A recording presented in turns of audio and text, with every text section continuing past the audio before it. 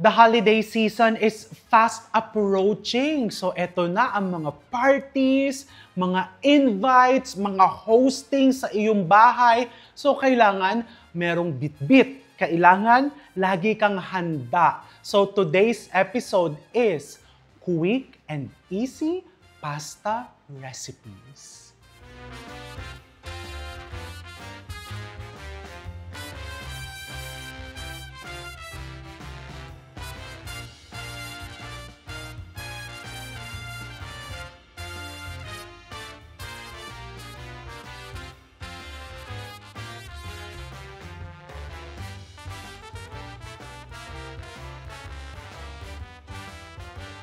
So when you say quick and easy, first, kailangan ang mga ingredients readily available sa mga grocery stores, not so expensive.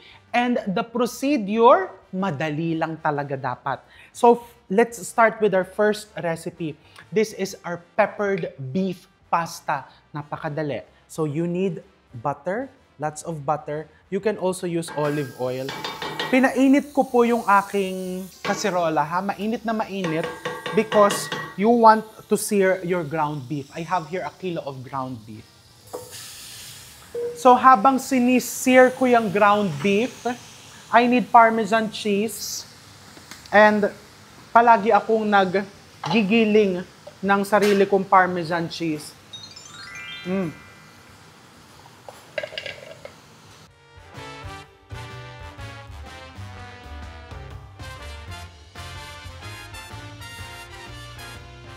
Okay, let's set this aside. Tignan na natin ha kung medyo nag-brown. Okay. Ayan, very nice. So, lagyan na natin lots of black pepper. I'll be putting 2 tablespoons. So, ganitong black pepper yung ginagamit ko ha. I'll show you. Yung coarse. 2 tablespoons. Kung ayaw mo ng masyadong peppery, you just put 1 tablespoon. Lots of salt. And then, pag almost, ayan o, wala nang hilaw-hilaw yung karne mo, put onions. Madami tayong nilalagay na onions, ha? Around 2 cups po ito. Pero pwede mo naman bawasan.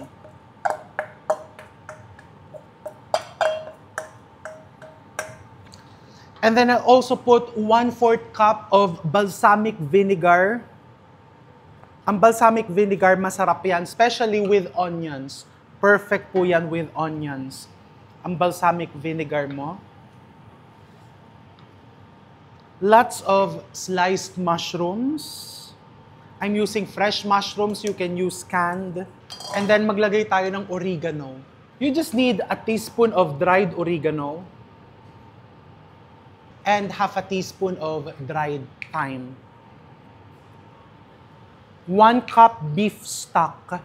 So ito is just hot water na nilagyan ng beef powder or beef broth cube. 2 cups of cream. So this is heavy cream. You can use all-purpose cream. And that's it. You just simmer this. Tatakpan po natin. Isi-simmer mo lang yan for around 10 to 15 minutes. Ganun kadali. So gawin na natin yung ating next na sauce. Takpan muna natin to. For our next recipe, let's cook pasta negra. So, tong quick and easy pasta episode na to, we will cover iba't ibang klaseng sauces and iba't ibang klaseng pastas. And later on, once we're done cooking our sauces, no, I'll teach you kung anong magandang pasta ang gamitin depende sa kung sa anong sauce ang niluto mo. 'Di ba? Para magpa-impress ka sa mga parties, okay? So I'm just slicing here 1/4 kilo of squid. While I'm slicing this, pwede na din akong maggisa ng bawang. So nag-pound ako dito ng garlic. This is just around 5 cloves of garlic. And I'm putting butter. You can also put olive oil if you want. And then your garlic. Just until golden brown. And then ituloy lang natin ang paghihiwa ng ating pusit. You can also use shrimps. You can also use kung anong scallops, kung anong seafood. Hindi naman kailangang squid ang gagamitin mo. Okay? So once medyo nag-golden na yung bawang, ayaw ko kasing pumait siya, ilagay mo na yung squid. Parang nag-aadobo ka lang ng pusit. And then I have here cuttlefish ink, alige, cane vinegar, and chili flakes. Mabilis lang po kasi ito. Bubuhusan ko din ng konting olive oil. Okay, chili flakes. I want it spicy. Cuttlefish ink. Ganyan po yan.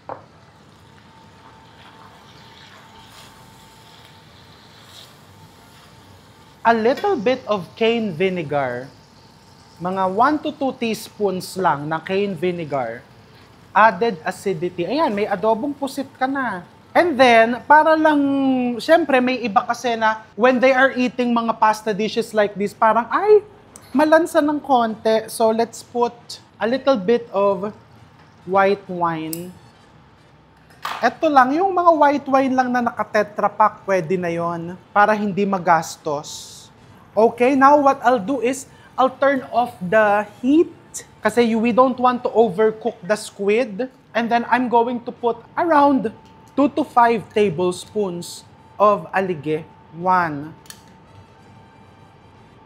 Ayan, lagay tayo ng mga kalahating bote. This is very delicious. Salt and pepper. Kahit pala wala ng black pepper kasi meron ng chili flakes, gawin na natin yung sunod na sauce. So for our third pasta sauce, eto kailangan kasi 'di ba? Meron na tayong white sauce, that's the peppered beef.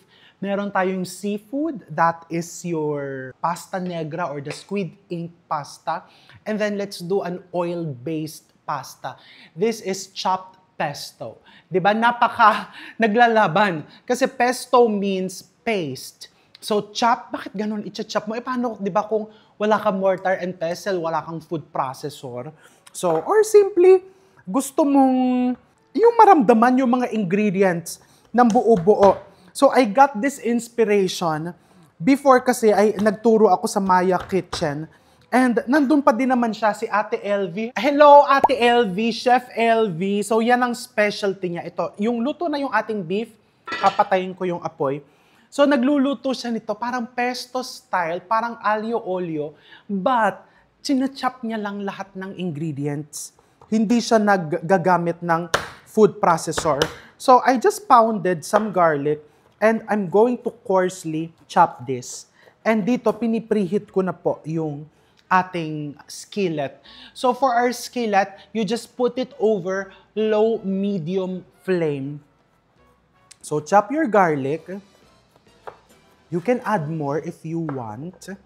Pound muna ng konti. And then into my skillet, lots of olive oil. The good thing about these sauces, pwede mo silang i-prepare in advance and then keep them in the fridge. Diba? Lagay mo sa container and then i-ref mo. Lagay natin dito sa ating olive oil.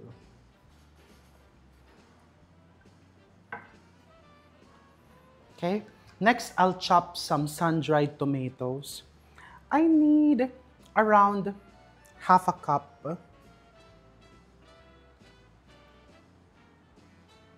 Sun-dried tomatoes, you can buy it na naka-vacuum pack, yung tuyo, or you can also get it na ganito, yung nasa mantika.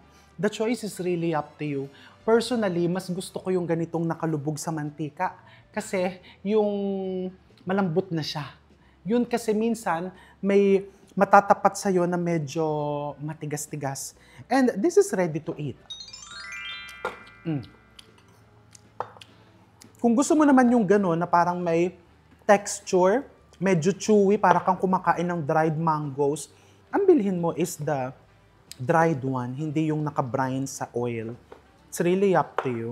So this one, you just chop.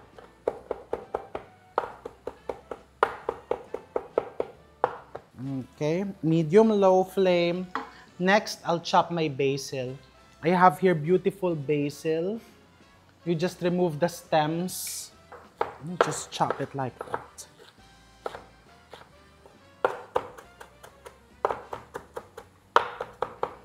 So once yung bawang mo po ay aromatic na, that's it. You don't want to overcook it kasi baka pumait. Put your sun-dried tomatoes.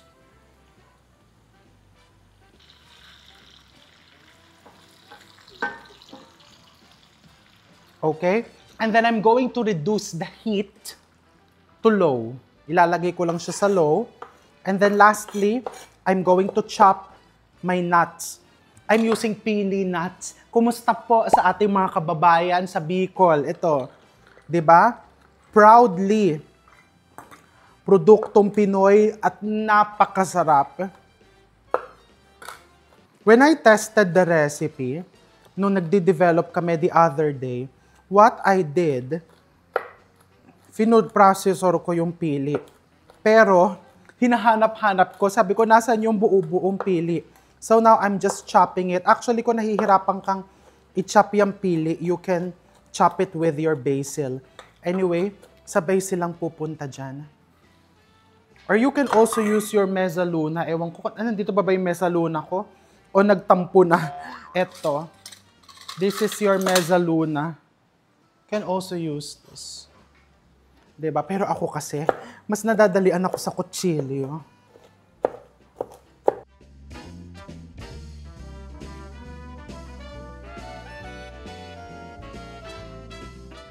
Okay.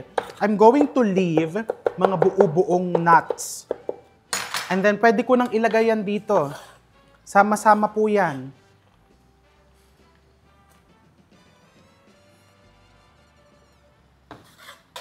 And then, I'm going to put also some chili flakes. Hindi ko ata kasi nilagyan ng chili flakes kanina, no? Sa kachichika ko. Okay, chili flakes. Let's put a little bit more of olive oil. Some lemon juice. I'll just put juice of half a lemon. Makakatulong yung lemon juice na ma-retain yung brightness nung ating herb, the basil. Salt. And then, we will put Parmesan cheese, pero mamaya ko na ilalagay pag tinotos ko na yung pasta. By the way, I'm using roasted pili nuts. Pero kung hindi pa naro-roast yung nuts mo, luto mo lang dito for 2 to 3 more minutes. A little bit more of salt. That's it. Let's make our fourth sauce. And for our last, kailangan may tomato-based pasta. So this is one of the simplest. This is pasta arrabbiata. Simply, tomato pasta na maanghang-anghang. You can elevate this dish by pairing it with bucatini. Yung bucatini, makapal, parang makapal na spaghetti. I'll show you later. Meanwhile, I am pounding some garlic. Olive oil. Pounded garlic. And then, lagyan ko na ng chili flakes. Lots of chili flakes kasi you want this really spicy. Okay? And then I'm just going to put tomato paste, like 2 to 3 tablespoons. Pwede naman hindi mo lagyan ng tomato paste. I put like 1/4 cup para mas vibrant yung kulay. Red na red. And then I'm just going to put 2 cans, big cans of whole peeled tomatoes. You can also use crushed tomatoes. Pwede din namang tomato sauce ang gamitin mo.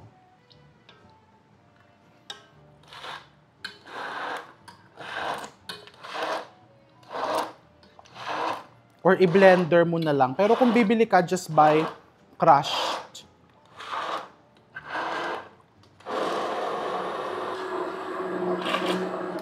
Okay. Just chopping some basil para dito sa arrabbiata. And then I'll season this with a little bit of salt. And then, isi-simmer lang natin ito for around 5 minutes. And then that's it. Now, ang sunod kong gagawin ay magpapakulo na tayo ng mga pastas. And then, while I'm doing that, ipapakita ko sa inyo kung ano-anong klaseng pasta yung i-prepare natin dito sa ating mga sauces. So as you can see, nagpapakulo na tayo ng tubig for cooking our pasta. Pero ipapaliwanag ko muna yung mga pastas na gagamitin natin, no? So meron tayo ditong 4 na klase and ipapartner po natin yan doon sa mga sauce na niluto natin. So first, this is fusilli. So parang yung spiral, we will use this for our chunky sauce. Itong meat sauce natin, yung peppered beef sauce. Kasi pag po naluto to, umaalsa siya ng konti.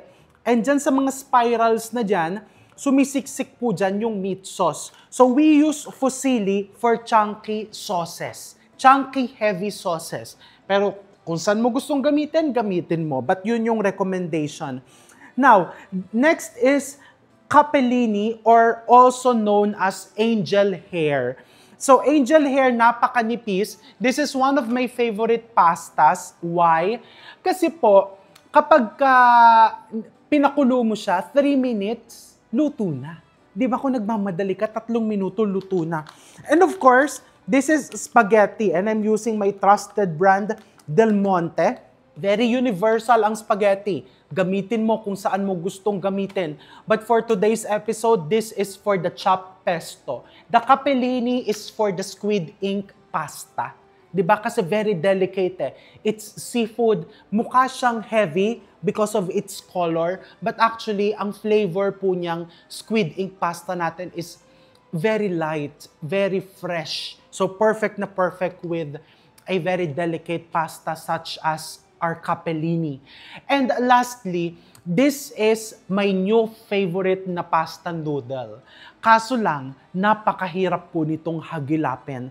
This is bucatini.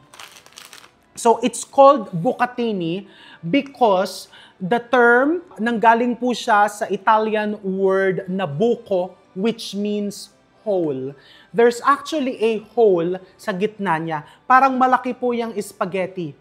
And there's a hole sa gitna. This is very, very delicious, especially with tomato-based sauces. So perfect ito doon sa ating niluto na arrabbiata. Okay? So lutuin na natin ang ating mga pasta. But you know, my rule in the kitchen, kung anong pasta yung gusto mong gamitin, gamitin mo. Yan po ay mga recommendations lamang. So nagpapakulo tayo ng tubig. Ayan ang mga katubigan natin. Unahin natin yung matatagal maluto. 10 minutes, 10 minutes, 10 minutes. Binabawasan ko ng 1 minute. The bucatini, isang dakot na asin. And kailangan po kulong-kulo. Okay, bucatini. Let's cook it for 10 minutes. Kailangan ko ba maglagay ng oil? Yes, lagyan mo kung gusto mong maglagay. Kung ayaw mo naman maglagay, walang problema. Ako, hindi po ako naglalagay. This is a 1 kilogram pack of spaghetti. I'm only going to use half. Asnan mo. And let's cook our fusilli. Asnan mo, huwag mong kakalimutang asnan. Isang dakot. Kapag ka nagluluto ka ng pasta, meron ka dapat palagi sa tabi mo na wooden spoon para maiitulak-tulak mo. And then yung angel hair po natin, ang pinakamabilis maluto, 3 minutes. Kaya natin siya tinutulak para siguradong hindi sila naninikit sa ilalim ng kaserola mo and also para hindi sila magdikit-dikit sa isa't isa. This is our angel hair pasta.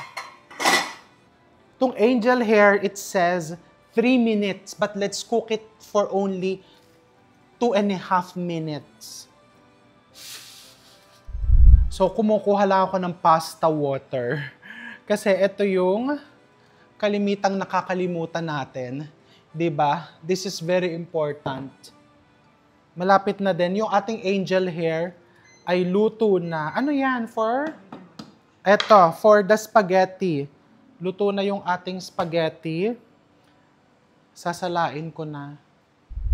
So, dito ka lang pagsabay-sabay ng naluluto yung mga noodles mo.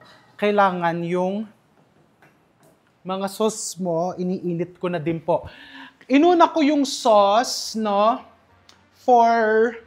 Ito ang ginagawa ni Ange dito sa likod ko, hinuhugasan niya yung bucatini just to stop the cooking. Kasi since nga pinagsabay-sabay natin, baka ma-overcook. Ito naman po is for video purposes only, kaya po natin yan pinagsabay-sabay yung sauce.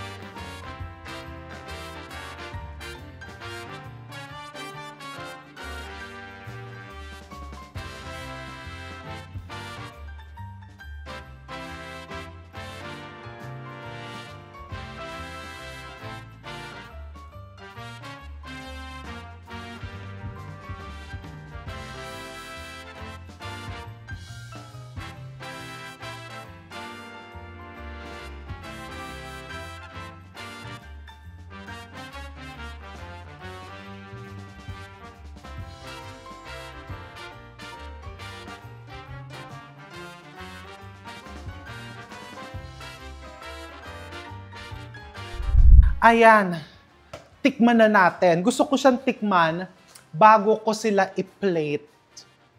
And 4 pong lalagyan ng kukunin ko para hindi sila nagkakalabo-labo. And normally, when you taste this, uunahin mo muna yung light. So, unahin natin dito sa ating chopped pesto pasta. You can put more Parmesan cheese on top. Parmesan cheese. Sarap. Nagutom ako sa pagluluto. Perfect. Al dente. Nandun yung anghang. Nandun yung lasa ng bawang, lasa ng basil, tomatoes, and the crunch. Wala palang crunch. Parang wala akong nakuhang pili. Ito meron. Ang sarap ng pili. Oh my God. Pasta negra or the squid ink. You can top this with aligé. Ganito pag pinlate mo yan. So yung pasta negra, ay aligé. And then on the side, you can put lemon juice. But what I'll do, titikman ko muna siya muna.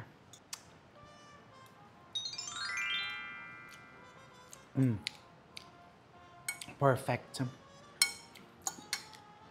Perfect na siya. Aligé and lemon juice.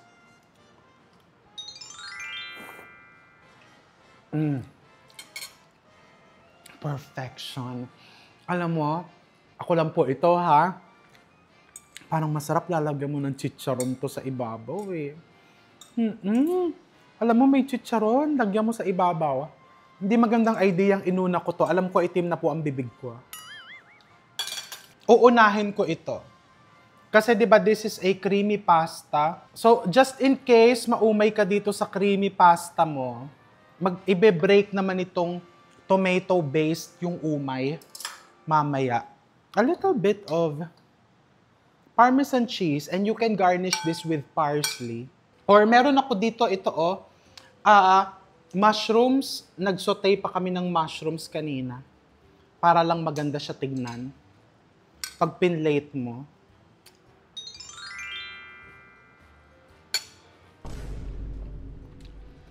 Ay, ang sarap. Ang sarap. Lahat naman masarap, pero ito, Etong pasta na to, napakasimple, pero napaka-social nito. Pag in-order mo sa Italian restaurant, napakamahal. Ay kasi nga, di ba, medyo mahirap, mailap si bucatini. Mhm.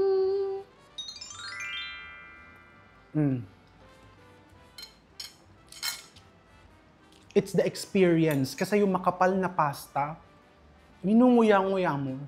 May contrast siya dun sa smooth and spicy na tomato sauce. It's really good. Kung wala kang makitang bucatini, you can use fettuccine. Pwede din namang spaghetti lang. Wala namang problema dun. So gumawa ka na, pinagpawisan na ako sa anghang. Gumawa ka na, and pinakita naman namin kanina kung paano pinlate yan, pero ngayon ipapakita ulit namin ng video kung ganong kaganda ang kakalabasan yan pag nilagyan mo ng mga toppings and garnishes on top. And again, these recipes are not authentic. I developed these recipes based on my personal liking, and alam kong yung mga regular viewers natin na niluluto ang mga recipes natin, masayang-masaya naman po kayo sa ating standard when it comes to cooking. So thank you so much, and I love you all. See you all soon.